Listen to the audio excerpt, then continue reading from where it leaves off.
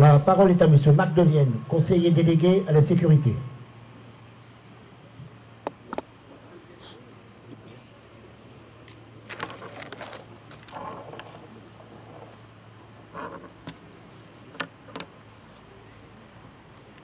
Message de Madame Catherine Vautrin, ministre des Armées et des Anciens Combattants, et de Madame Alice Ruffo, ministre déléguée auprès de la ministre des Armées et des Anciens Combattants.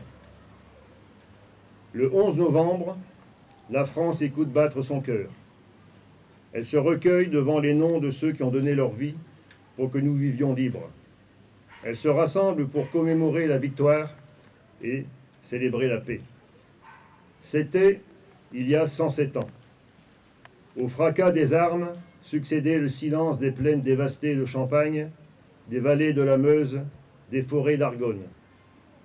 Ce silence portait le poids immense de ceux qui étaient morts durant 4 années dans les grandes batailles, couchés dessus le sol ou ensevelis sous la boue.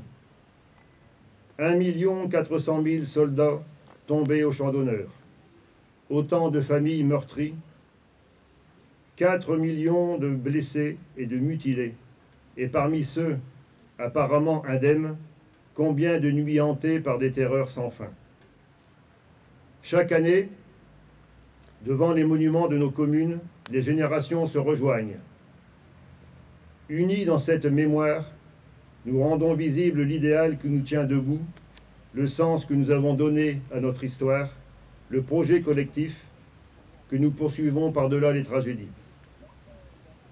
Construire un ordre tel que la liberté, la sécurité et la dignité de chacun y soient garantis, selon les mots du général de Gaulle en 1941. Ce projet porte un nom, la République.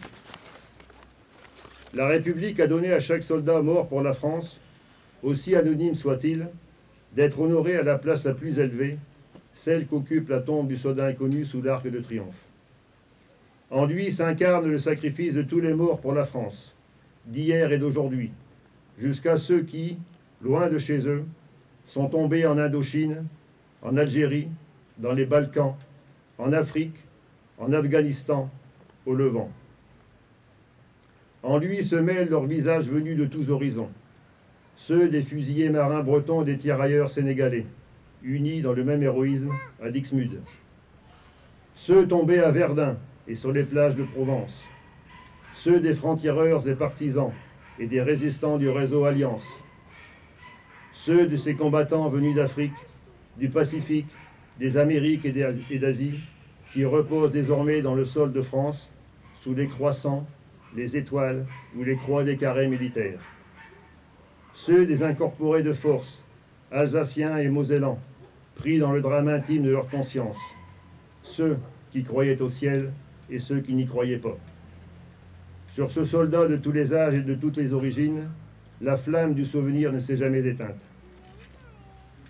Il y a 100 ans, en 1925, était organisé aux Invalides le premier atelier de confection du bleuet de France. Devenu le symbole de la solidarité avec le monde combattant, cette petite fleur qui poussait dans les tranchées témoigne de la force d'âme de la nation. Force d'âme qu'ont rappelé les commémorations lors du 80e anniversaire des débarquements, de la libération et de la victoire, dans une époque, la nôtre, où nous réapprenons que la guerre est possible. Assistant depuis Londres au péril qui pesait sur la survie même de la France, la philosophe Simone Veil offrait en 1942 une définition du patriotisme que chacun peut faire sienne. Le sentiment de tendresse poignante pour une chose belle, précieuse, fragile et périssable. Ce patriotisme demeure une nécessité vitale. Marc Bloch, l'homme des Lumières dans l'armée des ombres, en incarna l'exemple. Son entrée au Panthéon le 16 juin prochain, décidée par le président de la République, rappelle que l'esprit de défaite est toujours un poison mortel. La flamme qui l'animait fut une invincible espérance, l'espérance de ceux qui ont décidé d'être forts pour protéger ce qui est juste. Cette espérance, que symbolisaient déjà dans le ciel de Reims, le 11 novembre 1918, les tours restées debout de la cathédrale martyre. Le 8 juillet 1962, sous ces voûtes reconstruites, était scellée la réconciliation franco-allemande pour que l'Europe vive libre et en paix. Car là sera toujours l'espérance de la France, fidèle au sacrifice de ses anciens, à ses valeurs et à ses promesses, consciente de sa vocation universelle au service de la paix. Vive la République, vive la France.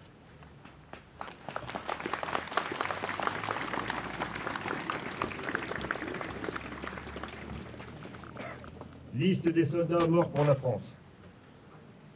Claudin Fanny, 23 ans. Maréchal et logis-chef au 121e régiment du train à Montlhéry, tué le 15 novembre 2024 au Liban. Mort pour la France.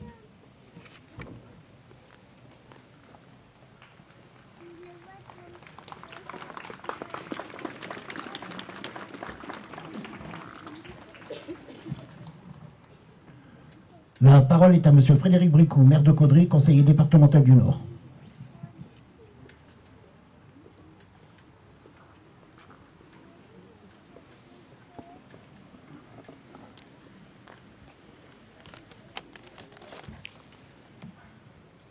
Madame la députée européenne, messieurs et mesdames les représentants de la Légion d'honneur, de la médaille militaire, de l'Ordre national du mérite, mesdames et messieurs les élus du conseil municipal, mesdames et messieurs les élus du conseil municipal junior, mesdames et messieurs les élus du conseil municipal senior, messieurs les représentants de la gendarmerie, messieurs les représentants du centre d'incendie et de secours, mesdames et messieurs les pompiers en activité, jeunes sapeurs-pompiers, pompiers retraités, monsieur l'inspecteur de l'éducation nationale, monsieur le doyen de la paroisse Sainte-Maxélande, mesdames et messieurs les porte-drapeaux, mesdames et messieurs les musiciens, mesdames et messieurs les représentants d'associations patriotiques, mesdames et messieurs les représentants de la protection civile, mesdames et messieurs les représentants de l'EPID, mesdames et messieurs les enseignants, parents d'élèves et élèves. Je pense n'avoir oublié personne. Un bonheur immense de vous voir aussi nombreux ce jour. C'est impressionnant. Merci de votre présence.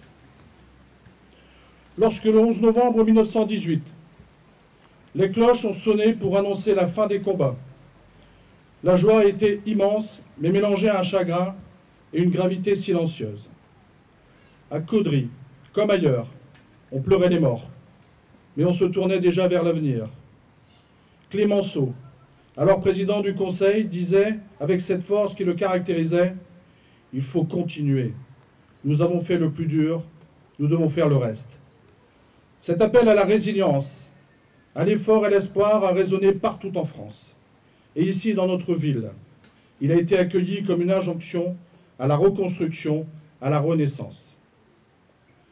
Mais que signifiait faire le reste pour une ville comme la nôtre, en cette fin d'année de 1918? Cela signifiait retrouver sa place autant que possible, mener enfin une vie normale et surtout soutenir ceux qui revenaient du front. C'était aussi reconstruire un tissu social et toute une économie locale affaiblie par la guerre. Les femmes qui avaient tenu les usines, les fermes, les commerces, les écoles en l'absence des hommes ont joué un rôle essentiel dans cette reprise. Elles ont continué à travailler, à élever leurs enfants et à porter en elles la mémoire de ceux qui étaient tombés. Comme tant d'autres, notre commune a été confrontée à la première blessure du XXe siècle. Le 3 août 1914, date de la déclaration de la guerre de l'Allemagne et la France, annonce que le pire est à venir. Rapidement, la guerre se propage aux portes de notre cité. Le 25 au soir, un avion allemand est abattu au-dessus de Caudry. Le lendemain, à 6 h du matin, le son assourdissant du canon résonne dans l'ensemble des quartiers. 2 jours plus tard, après une rude bataille menée la veille, les troupes allemandes envahissent Caudry par les rues Négrier et de Valenciennes. Écoutons le récit qu'en font nos historiens locaux, le regretté André Flamand et Patrick Raguet, la mémoire vivante de notre commune. Les dégâts sont considérables, puisque l'on dénombre déjà des centaines de maisons brûlées ou détruites par des obus. Rue d'Anvers, cité Mathieu et au Petit Caudry.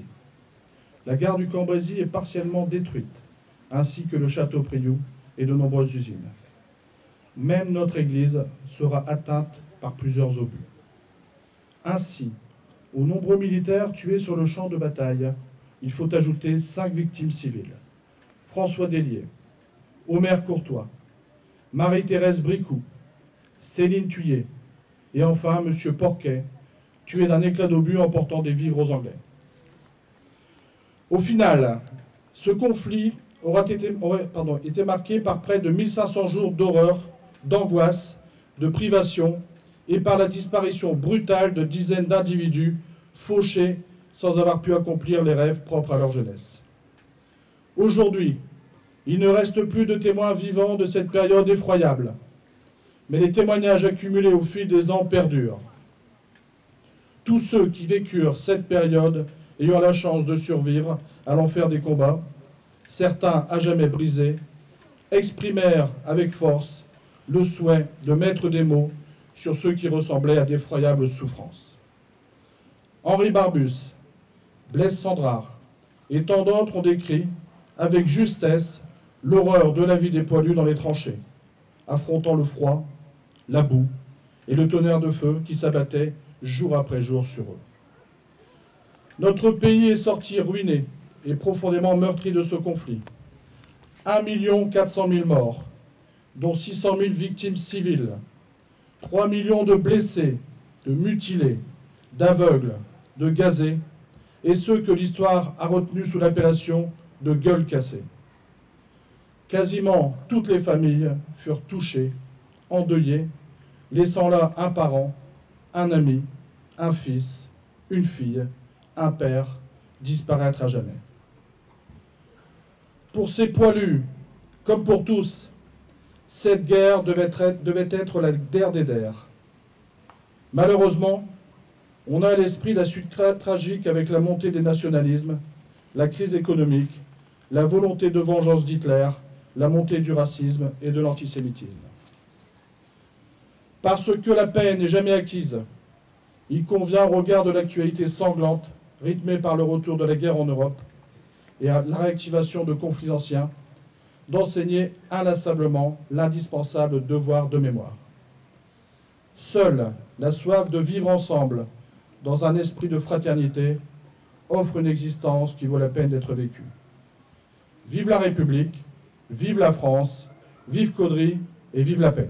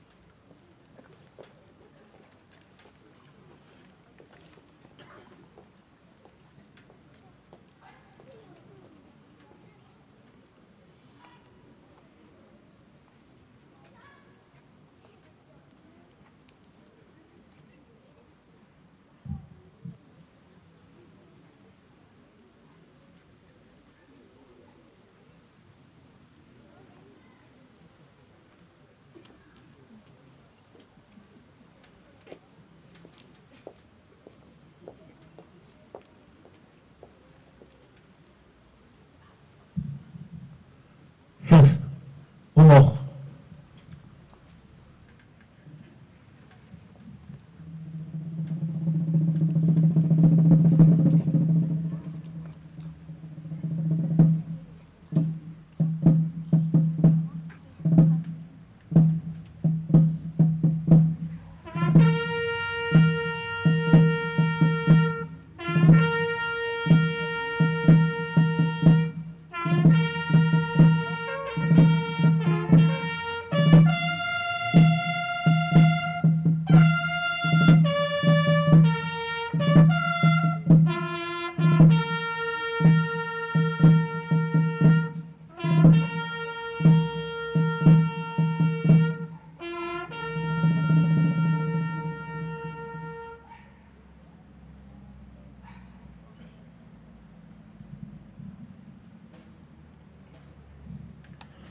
La Marseillaise, chantée par les enfants des écoles primaires Paul Bert, Jean Massé, Condorcet, Sac-Maxelland, accompagnée de l'harmonie municipale.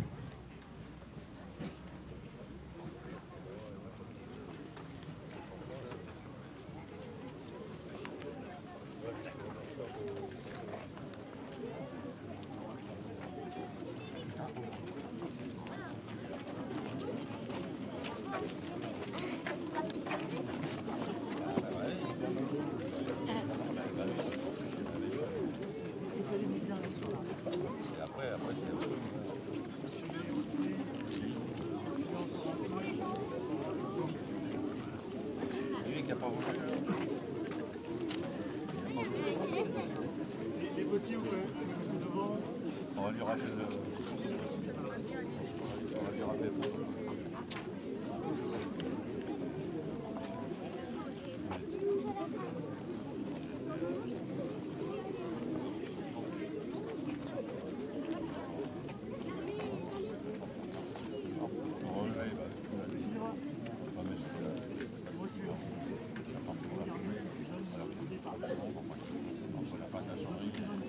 la première note de la partie. C'est pas une minute, c'est bon. À part les Anglais. Alors, non, mais ça dure presque 3 minutes, alors machin.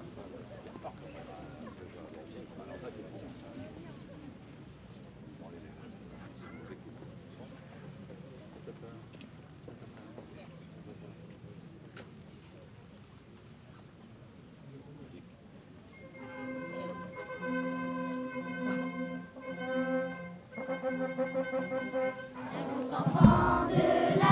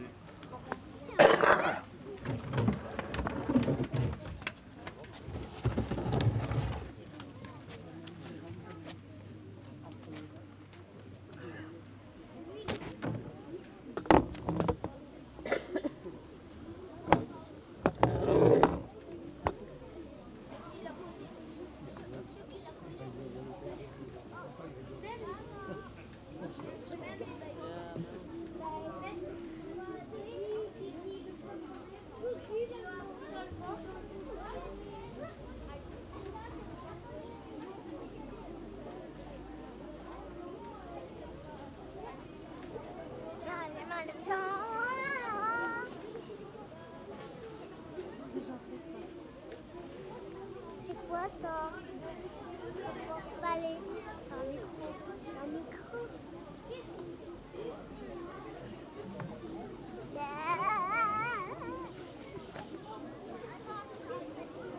Attention, Suzanne, tu vas tomber, tu vas te faire du mal et ça s'arrête.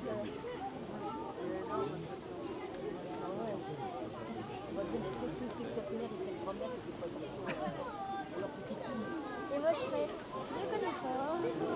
Toi, eux, bon.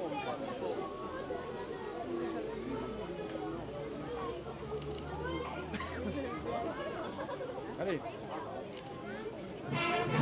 Toujours aussi présent, ça fait combien d'années?